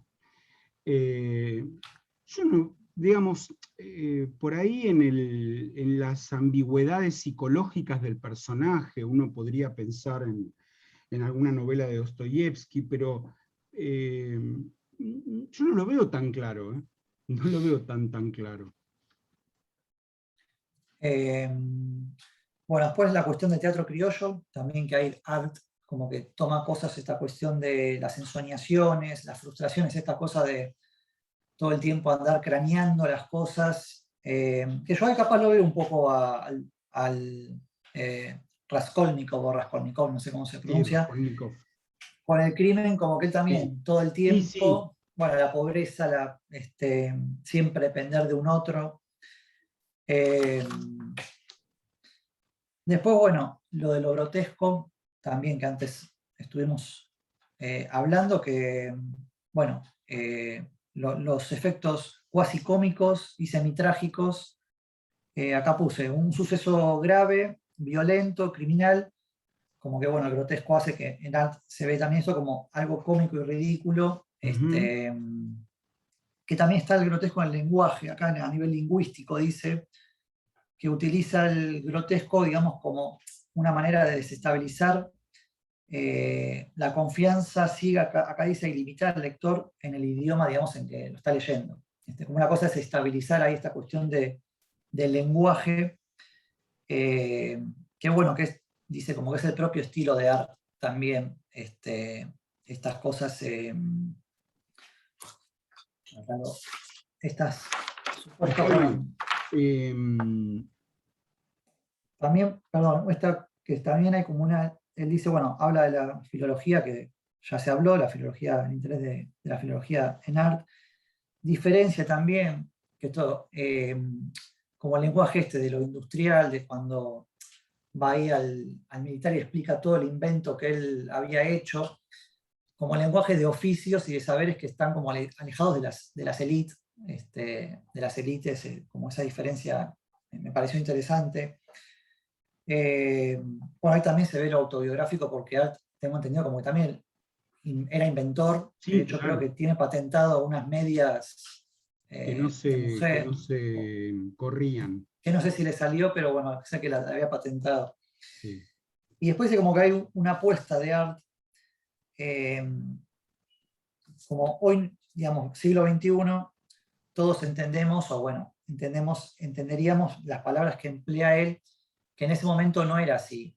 Entonces hay como que dice, como que hay una apuesta de Art importante al usar ese tipo de palabras o de origen extranjero o lunfardo, que bueno, hoy se conoce, pero en ese momento, en 1920, capaz tampoco había tanta difusión o tantos lugares donde uno iba a buscar qué significa cada cosa. En eso él se equivoca, ¿viste? Se equivoca bastante, porque en efecto, como hemos visto, bueno, en Marginalizadas, y acá lo comentamos también, el vocabulario lunfardo estaba tan extendido que podía haber un tipo como Last Reason, o podía Enrique González Tuñón publicar sus glosas de tango, de letras de tango en el diario Crítica, y no había notas al pie ahí. O sea, fíjense la cantidad de notas que tiene un solo relato o glosa de Tuñón.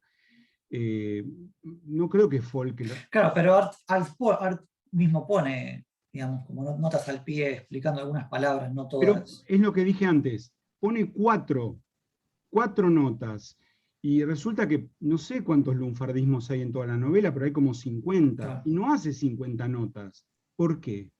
No se entiende eso, ¿no? Y luego al final, Volker dice algo muy, muy dudoso, ¿no? Pero bueno, él quiere poner en un lugar central dentro de este año tan importante de 1926, El juguete rabioso, y escribe en la última página de su trabajo: Art es el primer escritor argentino que retrata fielmente en una obra el lenguaje de las clases bajas urbanas y de los marginales. Bueno, yo escribo al lado. Tal vez en una novela sí escribí primero, ¿no? Y después recuerdo, bueno, pero Gálvez había escrito Nacha Regules en 1924 y Historia de Arrabal en 1922. Entonces puse, pero antes está Gálvez, punto. Y después me acuerdo de que en 1920 Juan Francisco Palermo sacó un libro que se llama El corazón del Arrabal, que está así a lo bestia escrito en el habla de la calle popular, donde hay lunfardo, cocoliche, valesco, de todo. Y después me acuerdo de que en poesía en 1916 está Yacaré, que escribe sus poemas en completo lunfardo y en lenguaje popular y qué sé yo. Y después me acuerdo de que en 1890 y pico están las crónicas de Fray Mocho, que salían en Caras y Caretas y que después él recopiló en libros. Los personajes hablan en lunfardo, y si son italianos hablan en cocoliche, y si son gallegos hablan en farruco. O sea que esto de que es la primera novela que retrata la habla urbana... Capaz no hizo una investigación. Bueno, capaz, o sea, la primera novela no es, porque en Historia de Arrabal aparecen palabras en lunfardo. Los personajes hablan, no el narrador, pero sí los personajes, ¿no? Claro, pero capaz esta, bueno, fue como la que más... Sí, una cosita más porque son 8:03. ¿Qué me dicen de lo que pone Sarlo y de este saber pobre, el saber de los pobres, esa teoría de Sarlo? ¿Qué opinan? En Art, ¿no? Sí, esto del estudio técnico, de aquellos que no pueden acceder a una universidad. Me parece que hasta hoy en día con el tema de formación profesional sigue siendo lo mismo. Aquellos que no pueden terminar un secundario, aquellos que no pueden acceder, bueno, tienen la formación profesional, que hoy en día están los cursos de formación profesional para aquellos chicos que todavía no terminaron el secundario y quieren hacer un oficio. Y que es el saber de pobre, es poder llegar a tener una acreditación, algo que les sirve para poder trabajar. Tenía el acceso porque gasista eran matriculado o electricista matriculado. Claro, sí. Pero de alguna manera sigue siendo la misma trampa, porque no llega a acceder sigue habiendo un desnivel de posibilidades, ¿no? Y sí, pero lo interesante es que Sarlo lo aplica a la literatura de Art.